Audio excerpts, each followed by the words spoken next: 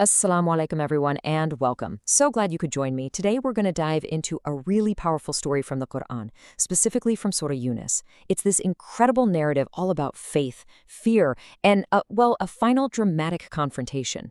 We're talking about a community that was pushed to its absolute limits, a miraculous journey, and a lesson that honestly still resonates so strongly today. All right, let's get into it. Right at the very heart of this story is a question that I think we can all relate to in some way. What does faith really look like when you're under extreme pressure? I mean, when you're facing just overwhelming oppression and fear is something you live with every single day. How does belief actually show up? How does it work? That's really the core theme we're going to unpack together.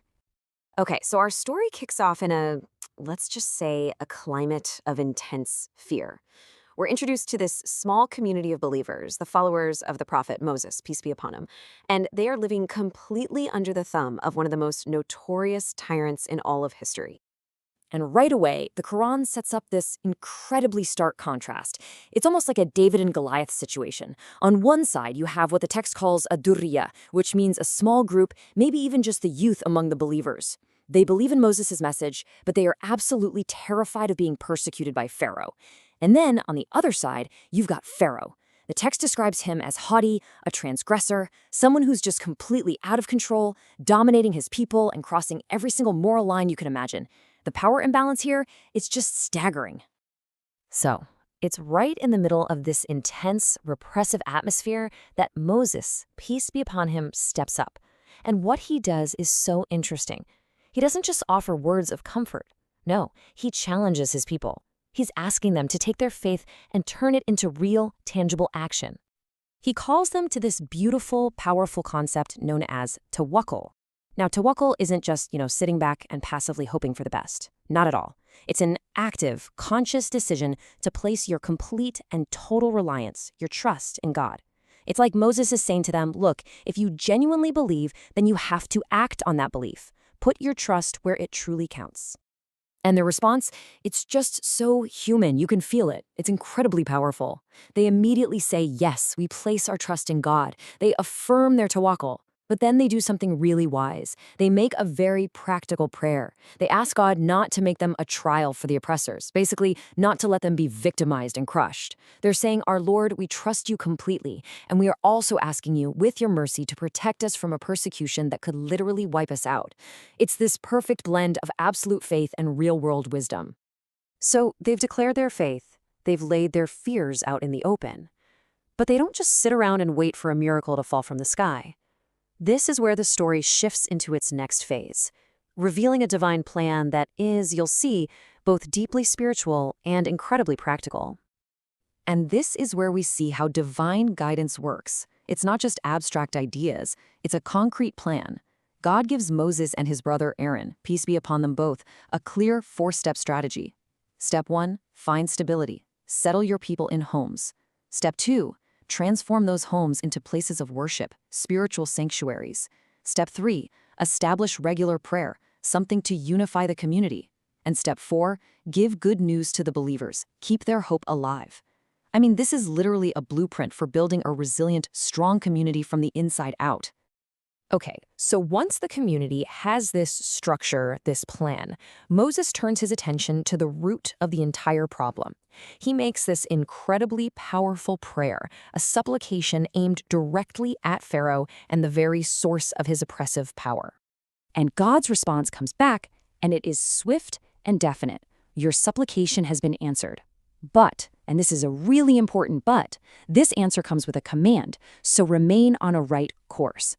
What this tells the believers is, okay, help is on the way, justice is coming, but your job isn't over. Your own steadfastness, your patience, that's still absolutely required.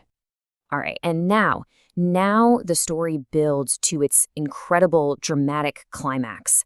All of that patience, all of that steadfastness that the believers were commanded to have, it's all about to be tested and rewarded in one of the most famous events in religious history. The chase to the Red Sea begins. And then the moment of deliverance comes. In an event that is just beyond imagination, God parts the sea. A dry path appears, allowing the children of Israel to walk right through and escape their bondage forever. But of course, their freedom isn't guaranteed just yet. Because filled with nothing but rage and arrogance, Pharaoh and his entire army, they charge right in after them. They follow them into the very path that was meant for their salvation. The tension here is just unbelievable. And just like that, the trap is sprung. The massive walls of water start to collapse. Drowning is now certain. It's inevitable.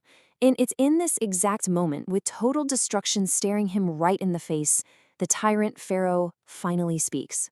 What he says in the response he gets really forms the moral heart of this entire story. This is it, the moment of truth. This is the great rejected confession.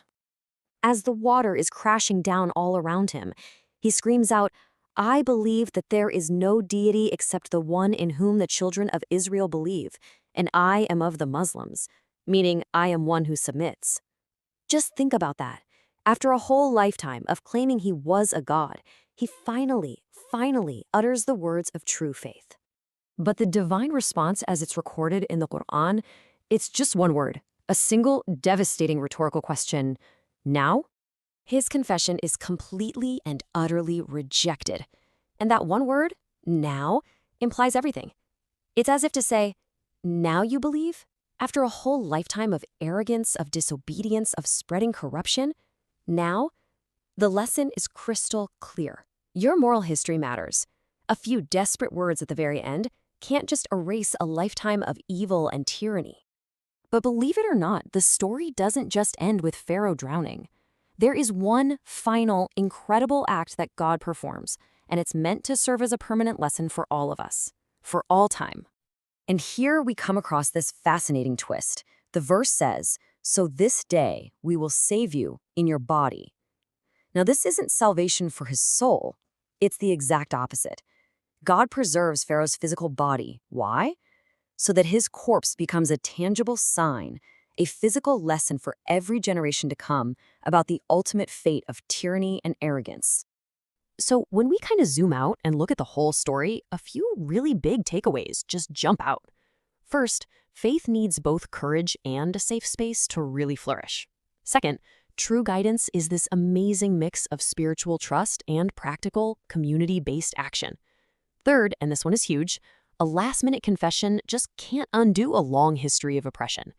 And finally, some physical signs from history are left for us as powerful, timeless warnings. And after telling us this incredible story, with all of its clear signs and its powerful moral, the passage ends with one last, kind of sobering observation about, well, about us, about human nature. The Quran says, "And indeed, many among the people of our signs are heedless." Think about that. Even with a lesson this clear, this dramatic, the reality is that many people will just ignore it. They'll be completely heedless of the signs that are right there in front of their faces. And that, of course, leaves us with a really important question to ask ourselves. The story was preserved as a sign. It warns us that people have a tendency to ignore these signs, to ignore the lessons of history. So the question for you and me is this: what signs, what clear lessons from the past, or even from our world right now, might we be ignoring today?